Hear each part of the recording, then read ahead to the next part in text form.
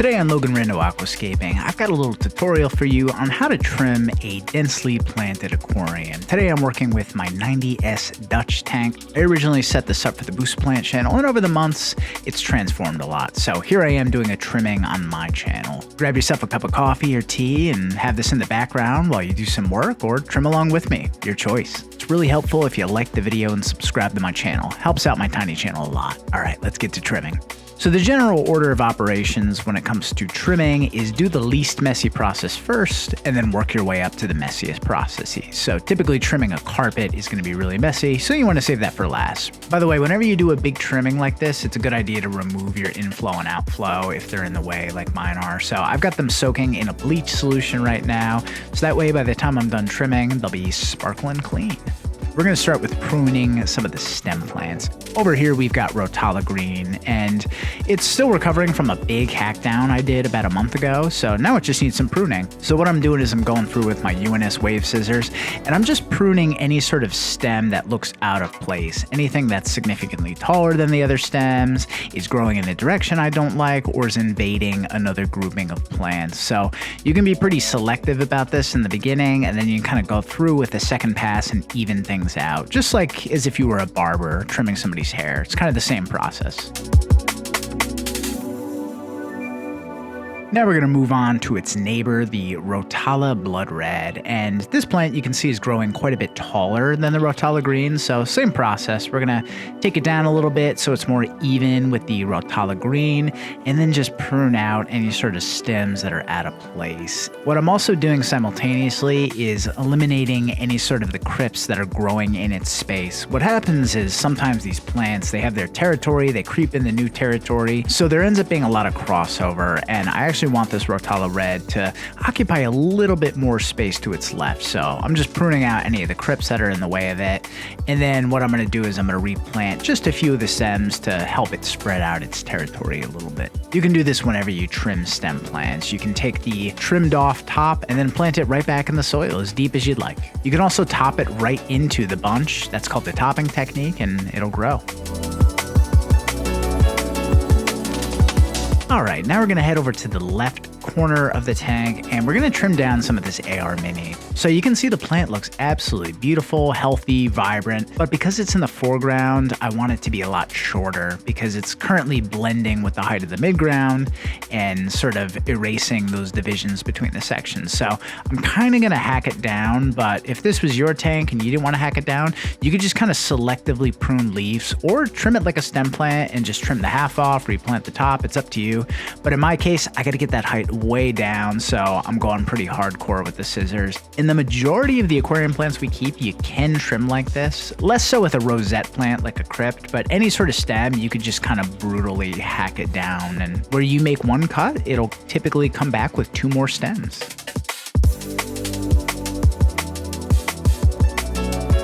And now on to the Hygrophila siamensis. So generally speaking, I'm pretty happy with this. When I first set up this tank, it had a lot of BBA on it. The leaves were unhealthy, but now it just looks totally beautiful. And there's really only one plantlet that's kind of out of place. It's a little bit too large, too tall for the midground. So what I can do is pull some of those lower leaves off and then replant it back into the soil to make the plant grouping even denser. You can do this with any stem plant.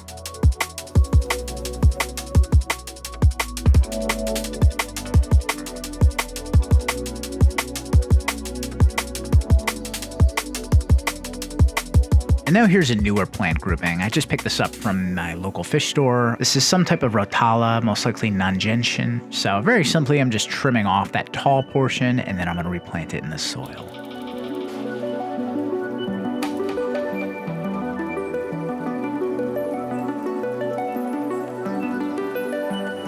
Now on to the right corner of the tank. So this is storage in repens, one of my top 5 favorite plants. It's super easy, grows so well. I mean, you could carpet an entire tank with it if you wanted. And it grows pretty quickly in this aquarium, and it's nice and healthy, nice and vibrant. So it generally needs regular hack downs because like we discussed with the AR Mini, it's in the foreground, so you kind of want to keep it low.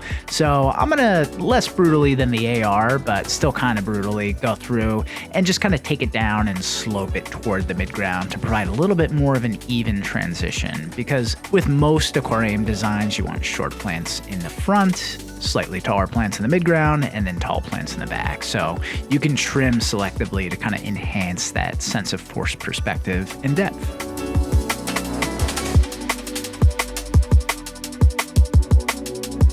And now in the back, we've got some beautifully healthy, vibrant Bacopa monnieri, and there's just one stem that sticks out like a little bit of a sore thumb. It's quite a bit taller than the others, so just going to take that down a little bit, and what I want to do is cut it below the sight line, because wherever you make a cut on Bacopa monnieri, it's going to grow two stems, like I mentioned earlier. It's that hydra effect, and that's a little bit unsightly to the eye, and then I'm going to replant that stem.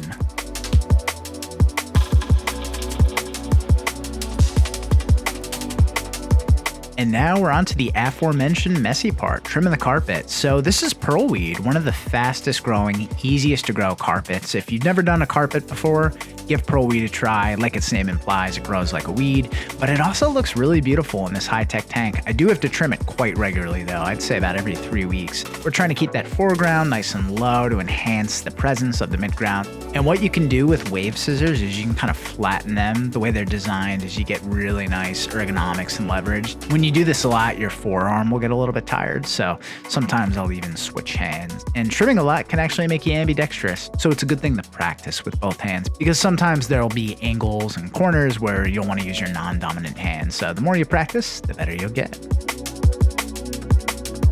And now that the trimming is complete for today, you got to scoop out all those trimmings. Never leave them in your aquarium. Scoop them out. Take the time to do it. This can be a little bit tedious, but it's necessary. And what I usually do is I put them in a little bit of a plastic cup, let them dry out, and then I dispose of them responsibly in a sealed bag that goes in the garbage. And whenever I do a big trimming, or really any trimming in general, I do a water change. So I'm using this Qanvee water change system. When Boost Plant first sent this to me about a year ago, I was really skeptical. I'm so used to just using a regular siphon, but it's actually really awesome because it just kind of clamps to your tank. You can squeeze the siphon and then it does its thing, and you can kind of go about your business while the bucket fills. All the tools I use, I'll link down below in the video description. They're affiliate links, so at no cost to you, I get a small commission.